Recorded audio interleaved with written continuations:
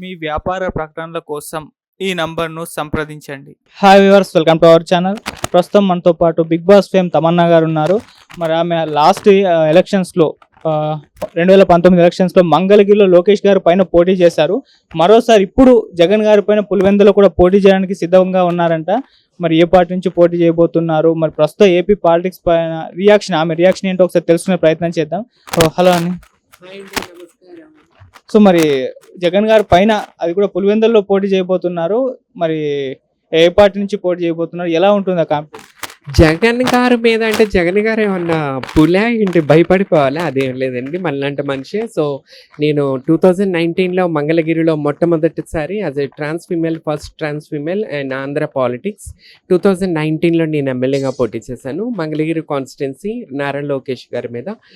మళ్ళీ 2024లో పులివెందుల నుంచి జగన్మోహన్ రెడ్డి గారి మీద పోటీ చేయాలనుకుంటున్నాను. యాక్చువల్లీ ఇది నాకు వచ్చిన థాట్ కాదండి, మన జనసేన కార్యకర్తలు, జనసేన మీడియా 2021-20లోనే వాళ్ళు పోస్టులు పెట్టేశారనమాట. జగన్ గారు మధ్యలో నేను పవన్ కళ్యాణ్ గారు ఆ పోస్టులు అంటే పవన్ కళ్యాణ్ గారు ఆదేశిస్తే పులివెందుల నుంచి జగన్ గారి మీద పోటీ చేయడానికి నేను సిద్ధం అన్నట్టుగా ఆ పోస్టులు 2021లోనే అవి సోషల్ మీడియాలో ఫుల్ వైరల్ అని. సో అప్పుడు నాకు థాట్ వచ్చింది, వీళ్ళు ఎట్లాగో తీసుకొచ్చారు కాబట్టి సో నేను ఎందుకు కాదనాలా. సో నాకు నిజంగానే పవన్ కళ్యాణ్ గారు ఆదేశిస్తే నేను పులివెందుల నుంచి పోటీ చేయాలని చెప్పి నేను రెడీ అయ్యాను, సిద్ధమయ్యాను. 2019లో మన జనసేన వాళ్ళు పార్టీ ఆఫీస్కి వచ్చి ఎమ్మెల్యే టికెట్ ఆశించే వాళ్ళందరూ, ఎంపీ టికెట్ ఆశించే వాళ్ళు ఫామ్ ఫిలప్ చేయమన్నప్పుడు నేను కూడా 2019లో వెళ్ళి జనసేన కార్యాలయానికి వెళ్ళి ఫామ్ ఫిలప్ చేయడం జరిగింది. సో అప్పుడు కూడా నాకు టికెట్ రాలేదు. టికెట్ రాకపోయినా సరే నేను యాజ్ ఎ ట్రాన్స్ ఫీమేల్ మొట్టమొదటిగా అదొక అంటే మార్పు తీసుకురావాలి సమాజంలో, ఒక చిన్న చూపుని మార్పు తీసుకురావడానికి. సో నేను అప్పుడు స్వతంత్ర అభ్యర్థిగా కెమెరా గుర్తు తీసుకుని నేను నామినేషన్ వేయటం జరిగింది. తర్వాత ఇప్పుడు వాళ్ళు ఎట్లాగో తీసుకొచ్చారు కాబట్టి సోషల్ మీడియాలో జనసేన కార్యకర్తలు, జనసేన మీడియా నేను ముందుకొచ్చాను. కానీ ఈసారి కూడా నాకు అన్యాయం జరిగిందండి. ఎందుకంటే ఎక్కడో కూడా ఇప్పుడు టీడీపీ, వైసీపీ పెద్ద పార్టీలు, BJP, some parties, biggest parties మనం 300 కోట్లు 200 కోట్లు పెట్టాలి, పార్టీ ఫండ్లు ఇవ్వాలా.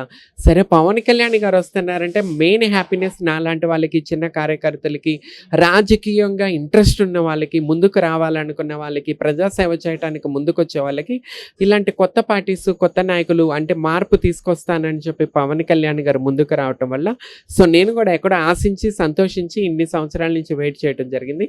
కానీ ఈసారి కూడా నాకు ఆశాభంగమే. ఎందుకంటే నేను 200 కోట్లు 150 కోట్లు 100 కోట్లు ఇవ్వలేకపోయాను, పార్టీ ఫండ్లు ఇవ్వలేకపోయాను. సో అందుకే నాకు పార్టీ టికెట్ తప్పు ఉండొచ్చు, లేకపోతే ఒక ట్రాన్స్ ఫీమేల్ అని ఒక చిన్న చూపు అయి ఉండొచ్చు, వాట్ ఎవర్. బట్ నాకు అది తెలీదు. ఆశించాను, ఆశాభంగం జరిగింది. అందుకని కానీ నేను అనేది తిరిగితే ఈ మార్పు అనేది ముందుకు ఎట్లా అని చెప్పేసి నేను ఒక రోల్ మోడల్గా ముందుకెళ్ళాలి కాబట్టి కంపల్సరీ నేను ట్రై చేస్తున్నాను. వేరే పార్టీ నుంచి ఏమైనా టికెట్ వస్తుందా అని ఎదురు చూస్తున్నాను. రాకపోయినా సరే స్వతంత్ర అభ్యర్థిగానే నేను పోటీ చేయడం అనేది కంపల్సరీ ఈసారి కూడా.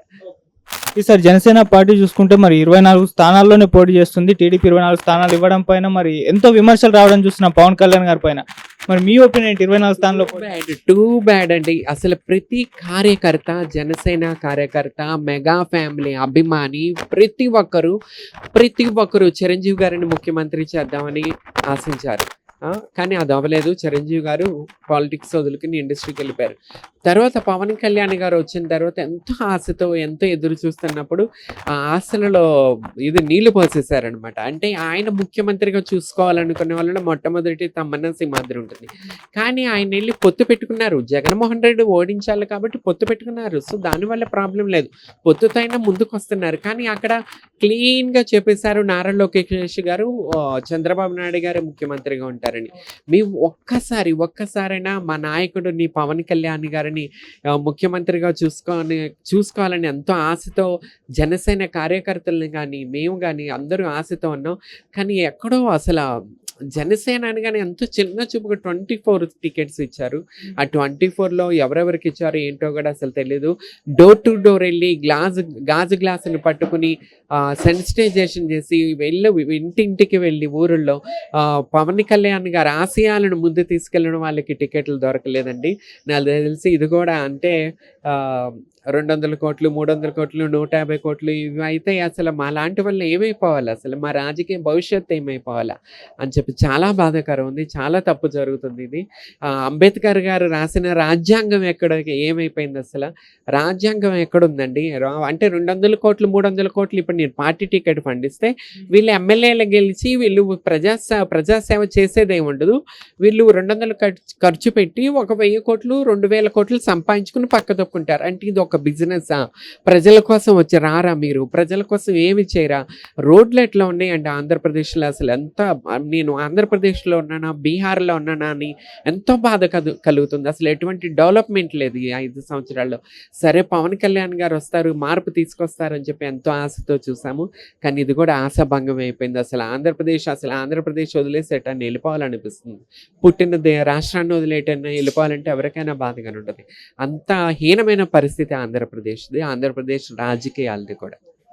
చంద్రబాబు గారు వచ్చే ఛాన్స్ ఏమన్నా ఉందా? అంటే పవన్ కళ్యాణ్ గారు పొత్తు పెట్టుకున్నారు మన టీడీపీ పార్టీ తోటి.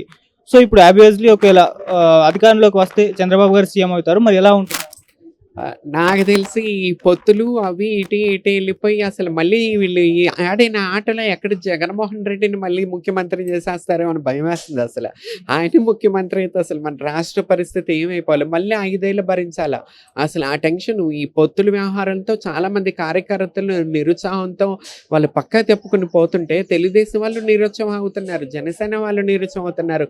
ఈ గొడవలు ఏమవుతుందంటే జగన్మోహన్ రెడ్డికి బెనిఫిట్ అయిపోతుంది. ఎక్కడ జగన్మోహన్ రెడ్డి గెలుస్తాడు అని చెప్పి టెన్షన్తో అసలు బాధ కలుగుతుందండి.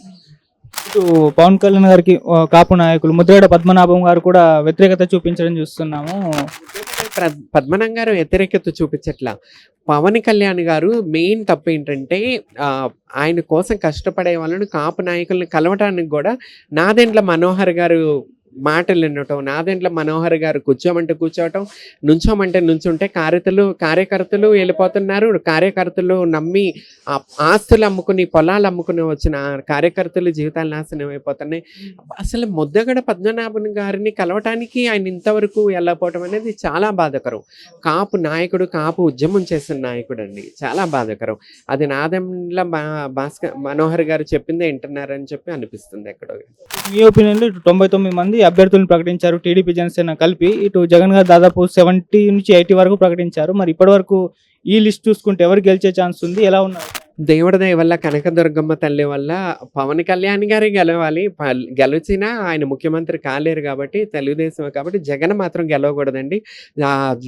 నరరూప రాక్షసుడిని అరచివేయాలని చెప్పి నేను దుర్గమ్మ తల్లిగా పులివెందులు వెళ్ళి పోటీ చేయాలనుకుంటున్నాను.